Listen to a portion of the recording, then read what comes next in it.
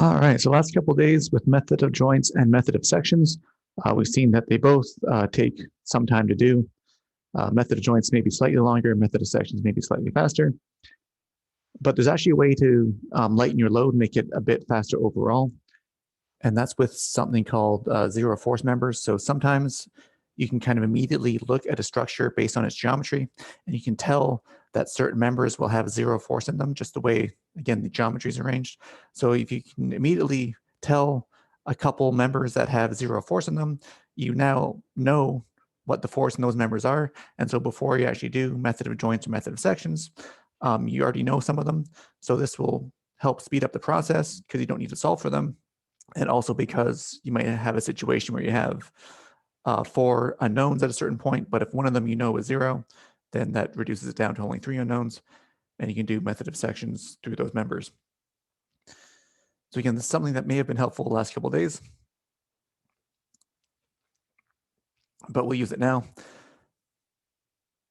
So anytime you have a member in your truss structure that has 0 force in it, whether you determine that by inspection or by method of joints or method of sections, if it has 0 force in it, it's called a zero force member.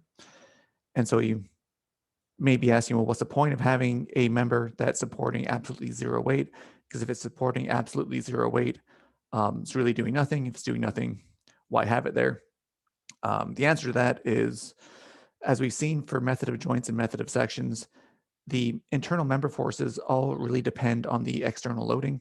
So if I change one of those external loadings, that's also going to change the internal forces that I find through method of joints or method of sections in at least some of the internal members. One of the ones that could change is one of these zero force members. So by changing the loading, I could actually change one of these zero force members to be a non-zero force member. So a lot of times the external loading we see is for a very specific case. Things in real life actually change. You know, the amount of snow on your roof is going to change from summer to wintertime. And so they're there to increase the stability, also take into account the fact that the loadings could change. And so if the loading changes, you do want that member to be there to take up some of the load. Then, as I mentioned, if you can determine some of these beforehand, before doing method of joints or sections, it will save you at least a little bit of time. So the point of this, or the way to find zero force members, is to kind of look at joints where there are some member that's not collinear with the other ones. And so I'll start off with doing just 2. So if I have just 2 members coming in at some angle, so these 2 forces used to be 2 members coming into some joint at some location. Now this joint at this location doesn't have any support, doesn't have any external reaction force.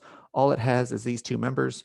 So these 2 members have been replaced by 2 forces, and this is the entire free body diagram of that joint.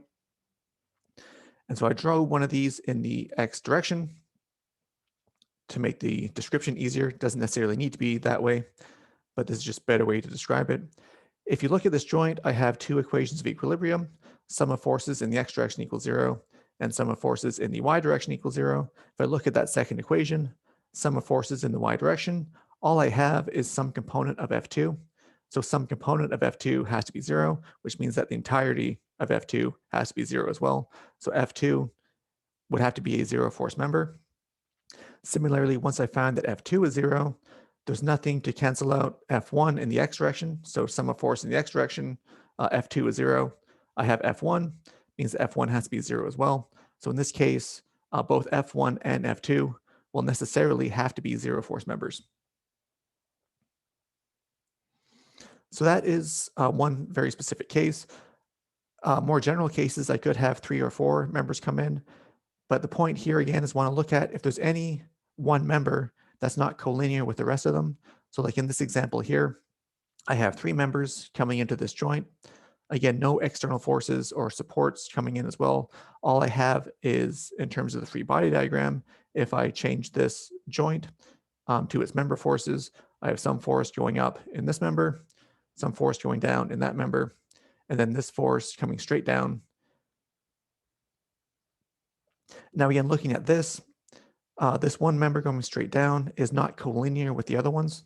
And so if I kind of rotate this in the neighborhood of 150 degrees, I end up with this similar situation I had before. So I have some x direction, then I have some force sticking up in the y direction. If I take the sum of forces in the y direction to be 0, this is the only force I have. And so that force has to be 0. So that means that this member force, and this guy sticking straight down, must be 0 as well. So this guy must be a 0 force member. So in this case, the other two, so these angled members are not necessarily 0 force members because they can essentially cancel each other out. So equal and opposite forces. In other words, this entire member has the same force all the way through it. But this one guy sticking down is a 0 force member. So that's kind of how we're going to find those, just by looking at it. Anytime you have something sticking out and nothing else going on, so no other external reaction forces, because again, that would change this, that would give it something to balance out. But just this situation, only one force sticking out in a different direction to all the others. Those are 0 force members. So we'll see a few examples of those today in class.